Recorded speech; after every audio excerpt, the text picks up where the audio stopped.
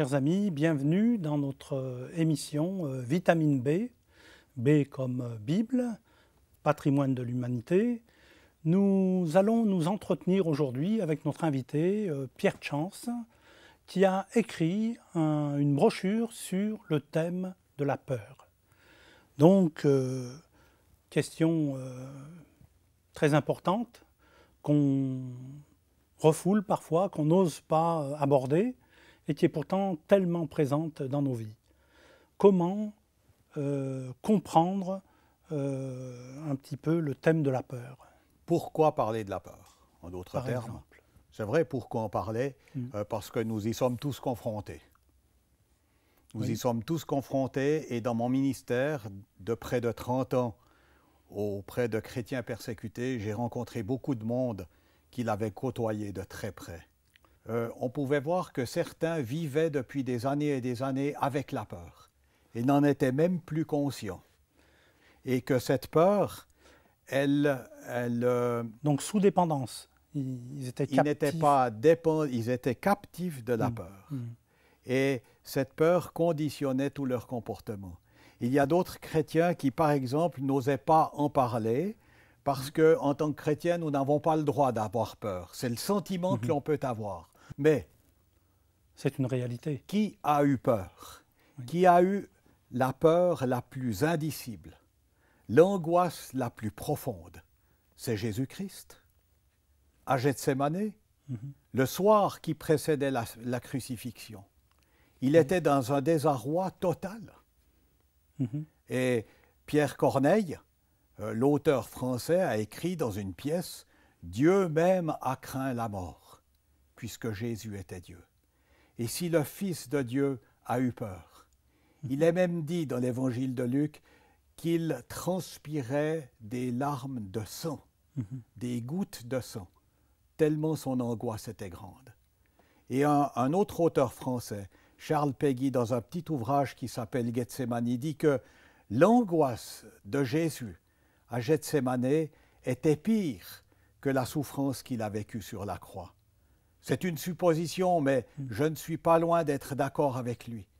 Il disait que la croix, c'était la procédure, mais cette angoisse peut être terrible. Comme une anticipation de ce qui arrivait. Puisque Jésus savait qu'il allait porter sur lui le péché du monde, toute la misère du monde. Il y avait la souffrance physique, mais aussi cette souffrance morale. Donc Jésus a expérimenté la peur lui-même. À combien plus forte raison sommes-nous vulnérables? Est-ce qu'on peut définir, pour commencer, les différents aspects de la peur? Qu'est-ce que la peur? C'est un dictionnaire, dans un dictionnaire que je l'ai trouvé, dans le Petit Robert, pour ne pas le citer.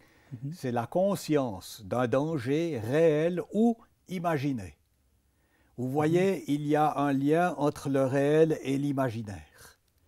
La peur, c'est quelque chose qu'on peut inventer. Et la peur est aussi quelque chose qui peut vous sauver la vie. Parce que la peur vous permet de savoir que vous êtes en danger. Si vous êtes au bord d'un précipice, vous n'allez pas faire un pas en avant.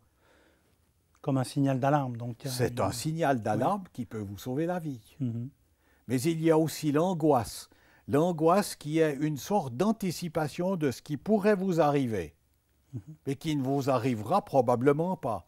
Mais c'est ce qu'on appelle l'angoisse. En tout cas, une partie de l'angoisse. Donc on pourrait dire qu'il y a une peur salutaire et une peur démagogique qui nous entraîne dans des réalités. Une peur qui nous entraîne hors de la réalité. Et puis, il y a une peur en anglais.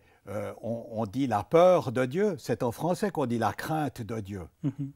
Mais la crainte est aussi une peur. D'ailleurs, la peur a beaucoup de synonymes. Je peux vous en citer quelques-uns. L'affolement, l'effroi, l'angoisse, l'effarement, l'épouvante, l'horreur, la terreur, l'inquiétude, l'appréhension. Oui, tout ça sont des composants, sont des peurs différentes de certaines manières. Mais la crainte de Dieu, c'est le respect de Dieu. Et là, je souhaiterais qu'on ait un peu plus de crainte de Dieu au jour d'aujourd'hui. Y a-t-il dans l'Écriture des exemples qui sont typiques, qui pourraient nous faire comprendre le phénomène de la peur? Alors l'Écriture est pleine d'histoires où des gens ont eu peur, mais je prendrai par exemple l'histoire des compagnons de Daniel. De Daniel et de ses compagnons, Shadrach, Meshach et Abednego. Lorsqu'on lit leur histoire, Shadrach, Meshach et Abednego ont refusé d'adorer la statue du roi Nabuchodonosor. Oui. Et ils ont été condamnés à être brûlés vifs dans la fournaise. Ils ont été sauvés d'une manière miraculeuse. Oui.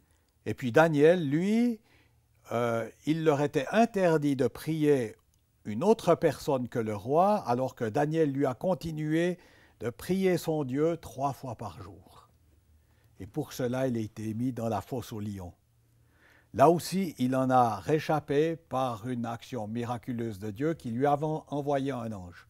Quand vous lisez le livre de Daniel, on ne voit pas la dimension de la peur dans cette histoire.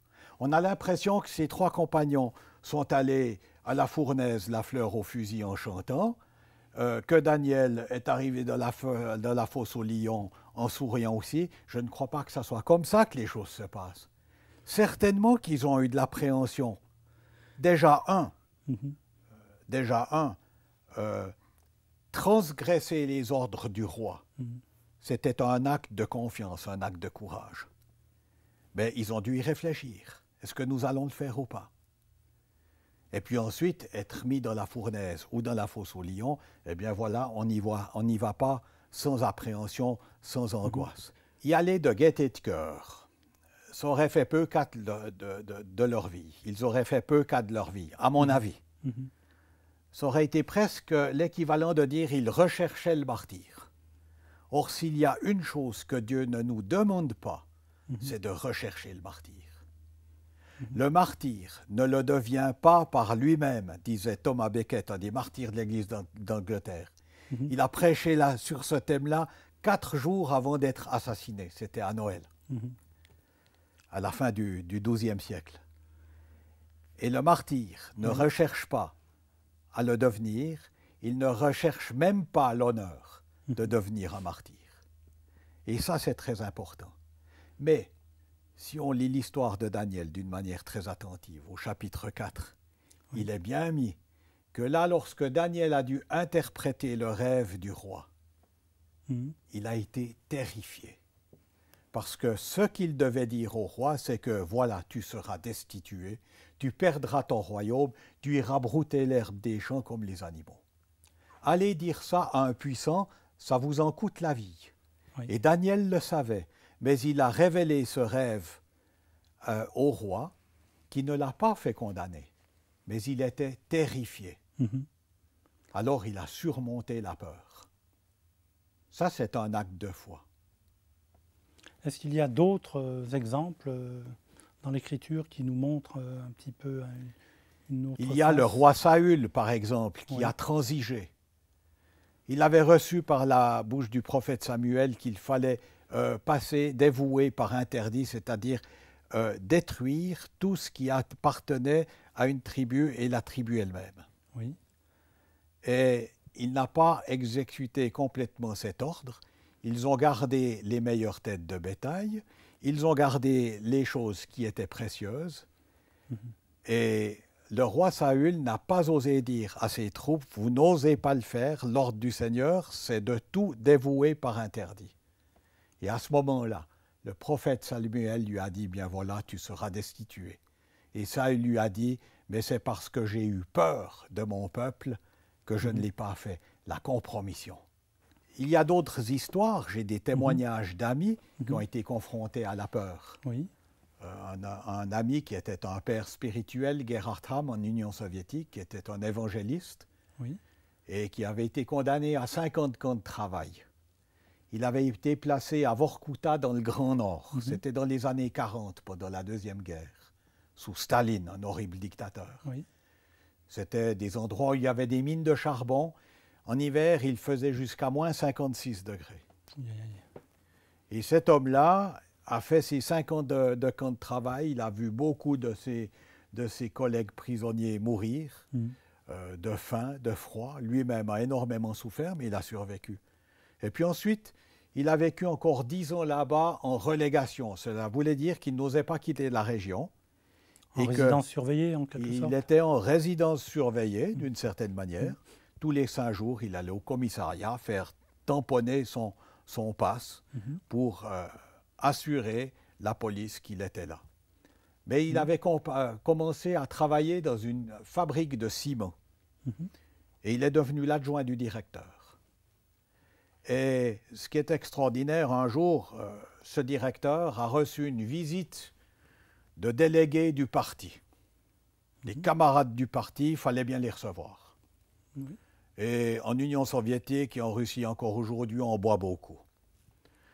Alors le directeur prend le téléphone, il dit à Gerhard, monte chez moi, monte dans mon bureau. Gerhard monte, il frappe à la porte, entre. Gerhard, c'était en présence de la délégation, des communistes, des camarades, va m'acheter une caisse de vodka. Une caisse. C'était la norme en Union soviétique. Et Gerhard, qui était un baptiste, et les baptistes russes ne boivent pas une goutte d'alcool. Gerhard lui dit, mais camarade directeur, vous savez que j'obéis à tous vos ordres, mais à celui-là, je ne peux pas obéir.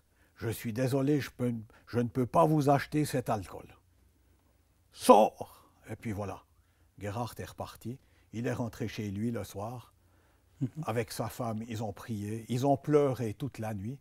Ils ont passé une nuit épouvantable.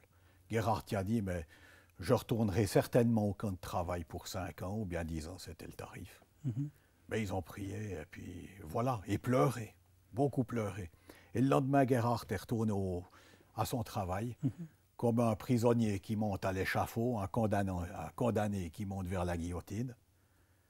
Et puis le téléphone sonne, c'était le directeur. Gerhard, monte. Et voilà. Est-ce que ça allait être la fin? Il frappe à son bureau. Entre. Gerhard entre, le directeur se lève, il va vers lui et il lui serre la main. Merci beaucoup, Gerhard. Il n'y comprenait rien. Merci beaucoup, tu sais pourquoi? Parce qu'en refusant d'aller m'acheter une caisse de vodka, tu m'as économisé une bonne somme d'argent. Dieu avait changé le mal en bien, en quelque sorte. Dieu avait changé le mal en bien, mais quelle nuit d'angoisse. C'est vrai. Quelle nuit d'angoisse. Mais pour être fidèle à Dieu, il a risqué 50 camps de travail. Et ce père Gerhard, comme je l'appelle, nous disait toujours, vous savez, ensuite il est parti évangéliser dans toute la Russie. Il a fait encore 10 ans supplémentaires dans cette région de Vorkuta, d'une manière volontaire. Pourquoi? Parce que il avait 2 mois et demi de vacances chaque année. Il évangélisait dans toute la Russie. Il disait, nous avons du sang de lièvre dans les veines. Si tu peux courir, cours. Mais si tu arrives au poste, sois un homme, mais ne sois jamais arrogant, parce que le courage peut rendre arrogant. Mais Gerhard nous a montré comment on pouvait faire. Merci beaucoup, Pierre Chance, pour tous ces témoignages et ces exemples cités. Nous arrivons au terme de notre émission et nous nous retrouverons dans la suite de ces programmes pour une prochaine émission. Merci. Merci.